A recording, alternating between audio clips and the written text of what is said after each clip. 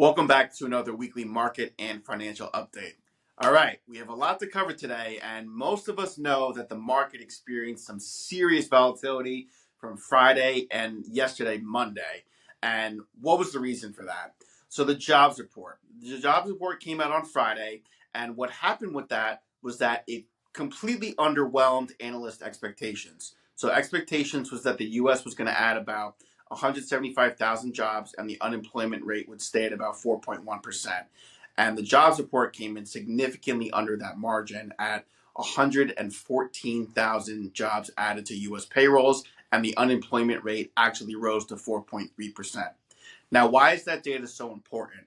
Well, the jobs data is so important to economists and consumers alike because it really is one of the number one leading indicators of how the economy is doing and what direction it's going in over the next few months. So if the jobs report looks good, it's healthy, unemployment is low, the US is adding lots of jobs, that's a good sign that the economy is strong and doing well.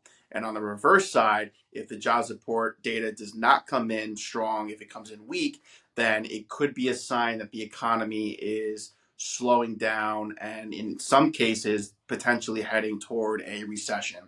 Now, we've talked a lot about where the economy is going. If you've watched these videos the last few weeks, I've mentioned a lot that the economy is slowing down.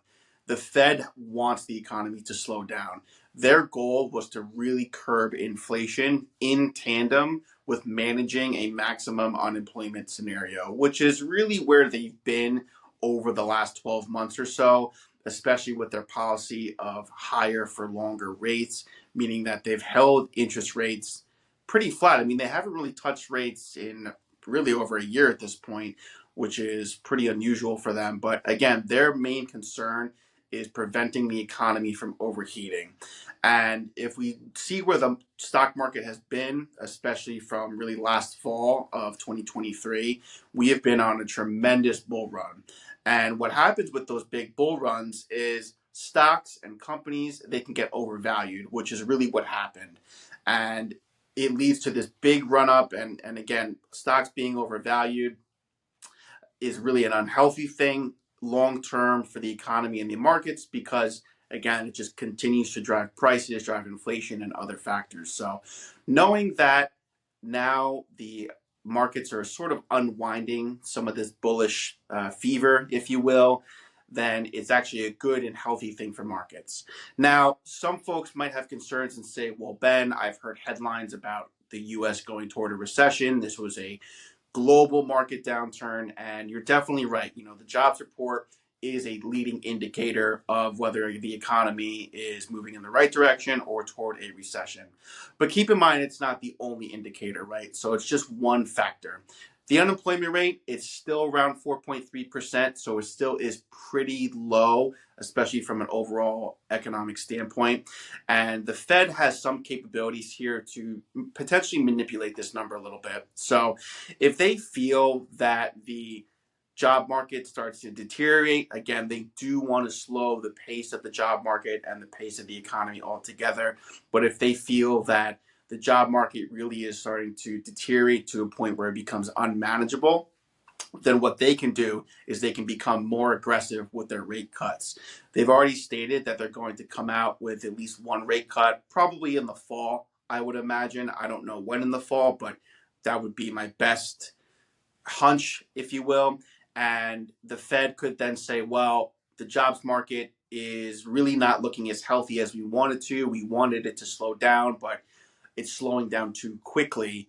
Then they could reduce rates even more or just be more aggressive with a rate cut altogether. For example, they've lowered rates, let's say by 25 basis points or a quarter of a percent. They could say, well, let's maybe lower it by 50 basis points or 0.5%. So there's a few things that the Fed can do. Again, they're being very, very mindful of the fact that they don't want the economy to overheat again and we get back into this high inflationary cycle. That would also be a major issue. So the Fed is doing what they can. They're monitoring the situation very, very closely. I personally feel that this is somewhat of an overreaction. You know, we haven't really had any bad news in a while, so it's all of a sudden the market was doing tremendously well, and then we get one batch of bad news, and the markets are in turmoil. So I was really expecting this. Again, I have been mentioning for weeks that volatility is on the horizon. I think volatility will stick around probably for a while, especially as economic data comes out over the next few months and says, okay, the economy really is slowing down. But that's what the Fed wants. The Fed's goal has always been from this high inflationary period to slow down the economy. And again, they want to get rid of this high inflation. Most consumers want to get rid of the high inflation. It's become really a bright burden in most of our pockets when it comes to discretionary and fixed spending.